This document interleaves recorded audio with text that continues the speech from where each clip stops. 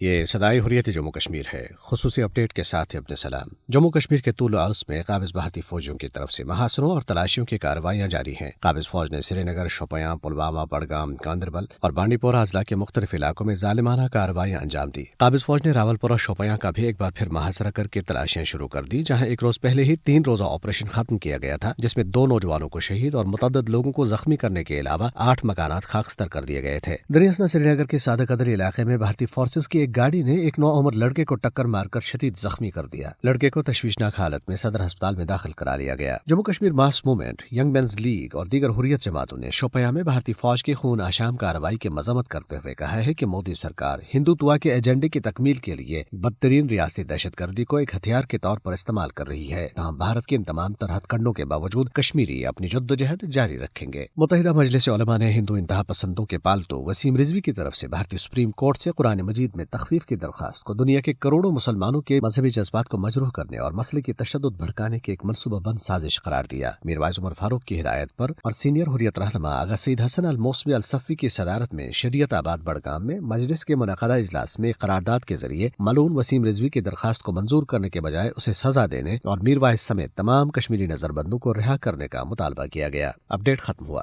کشمیری عوام کی حق خودارادیت کی منصفانہ تحریک کو دبانے میں ناکامی کے بعد صفاق بھارت مکمل طور پر بوکھلا چکا ہے اور بدحواسی اور مایوسی کے عالم میں اب وہ ایک بفرے ہوئے ہاتھی کی طرح ہر چیز کو پاؤں تلے روند رہا ہے۔ کشمیریوں کی منظم نسل کشی، احتجاجی مظاہرین پر پیلٹ کا قہر اور بستیوں کو تاراج کرنے جیسے وحشیانہ اقدامات اس بات کا منہ بولتا ثبوت ہے کہ بھارتی استعمار مقبوضہ کشمیر کو قبرستان اور کھنڈرات میں تبدیل کرنے پر تلا ہوا ہے۔ راولپورہ میں بھارتی درندہ صفت فوجیوں نے جو قیامت صغریٰ برپا کی ہے، اس سے اندازہ ہوتا ہے کہ بھارت کو کشمیر میں اپنی شکست کا یقین ہو چکا ہے اور وہ اپنی خفت مٹانے اور ہزیمت کا انتقام لینے کے لیے اب ہر چیز کو تباہ کر رہا ہے۔ کشمیری عوام گزشتہ 1.5 سال سے زائد عرصے سے 10 لاکھ بھارتی فوج کے ظالمانہ محاصرے میں یرغمال ہیں۔ دنیا کے اس وسیع و عریض جیل کے مکینوں کے تمام انسانی، سیاسی، سماجی، معاشی، معاشرتی اور مذہبی حقوق معطل ہیں۔ بھارتی مظالم پر پردہ ڈالنے کے لیے نہ صرف ذرائع ابلاغ پر پابندی ہے بلکہ مواصلاتی ناکہ بندی بھی جاری ہے، اور تو اور انسانی حقوق کی عالمی تنظیموں کے لیے بھی مقبوضہ خطہ نو گو ایریا بنا دیا گیا۔ ان تمام لرزہ خیز اور روح فرسا مظالم اور بدترین قدغنوں کے باوجود بھارت نہتے کشمیریوں کے جذبہ آزادی سے شکست کھا چکا ہے، جس کا محض اعلان باقی ہے۔